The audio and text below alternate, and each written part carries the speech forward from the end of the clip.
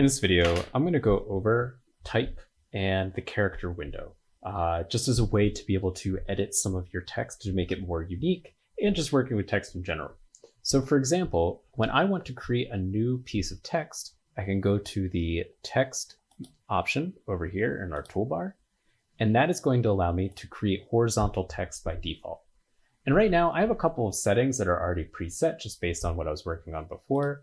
So let's just go back to something standard. So if I go to Arial, and right now I'm in Essentials Classic. So I'm inside the workspace. Let me get out of this window, workspace, and Essentials. And if I am up here and I'm inside the type tool, this will allow me to select a different font. So I'm going to go in and select Arial. And if you see this caret next to the word Arial, you'll see many other different types, or any of the carets in general will show you different ways of working with type. And so I'm just going to choose this default one, and I can move it around. You'll see that in our layers panel, it creates a new piece of layer. It creates a new layer for us that has this text object. To edit the text, I can double click on the T right here, and then I can change it to something else. When you have open the character window, and if you don't see this open, go to Window and Character. This is where you can adjust many of the settings of the type itself and of the font. So for example, if I want to change the size, I can either choose different sizes in here. I can click inside and type in something new. Or if I hover over the icon to the left, I can then change the size dynamically.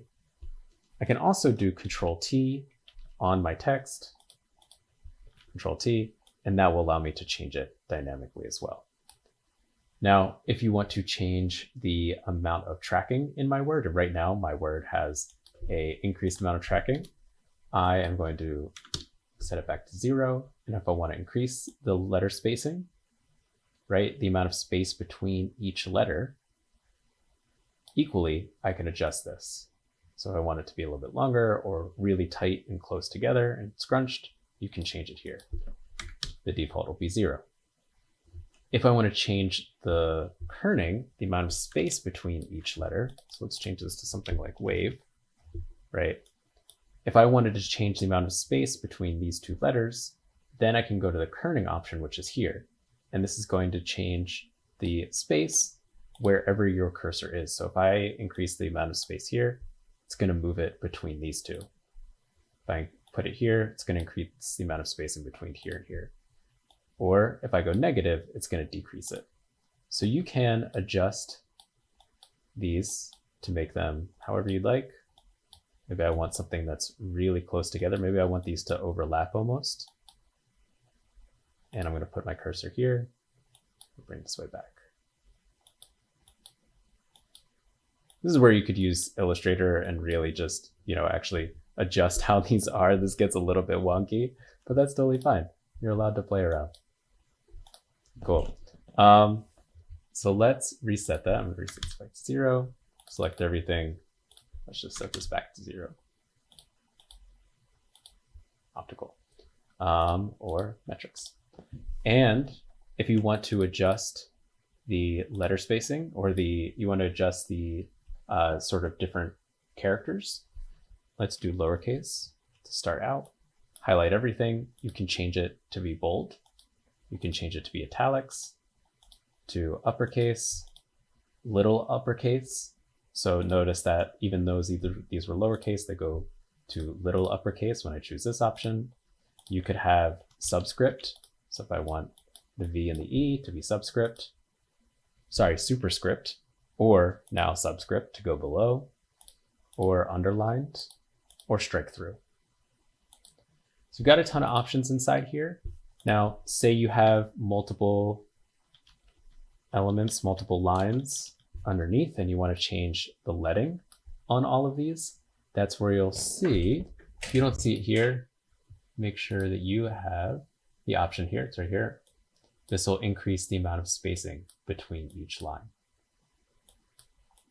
So you can decrease it or increase it. Now, One thing that might happen is sometimes if you have a series of sentences and you've made yourself a box, for example. So if I do something like this, if I go in and I make myself a box, let's go back here. I can make a large box. And if I go to the paragraph tag, you'll see that hyphenate is unchecked. If I did want hyphenation, and I'll check it on, check it off, you can change how your paragraph is structured inside or how the spacing is. So this would be a line to the left, center, and to the right, or justified. So you've got a bunch of additional options inside there as well. One other thing to note is you can also filter based on if you'd like only serif ones to show up. You can then scrub through, and I'm not clicking, I'm just putting my mouse going down. You could filter based on sans serif, same thing. And there's other ones, decorative as well. And if you go to more Adobe fonts, click here, it'll open up the type kit. It'll ask you to log in. And when you find one that you like, you can do view family and then do activate 6 fonts. And you should see a pop-up down here from Adobe Creative Cloud. So there you go. Now they're activated. This was Polano.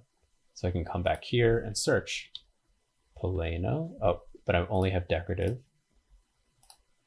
And now it's there.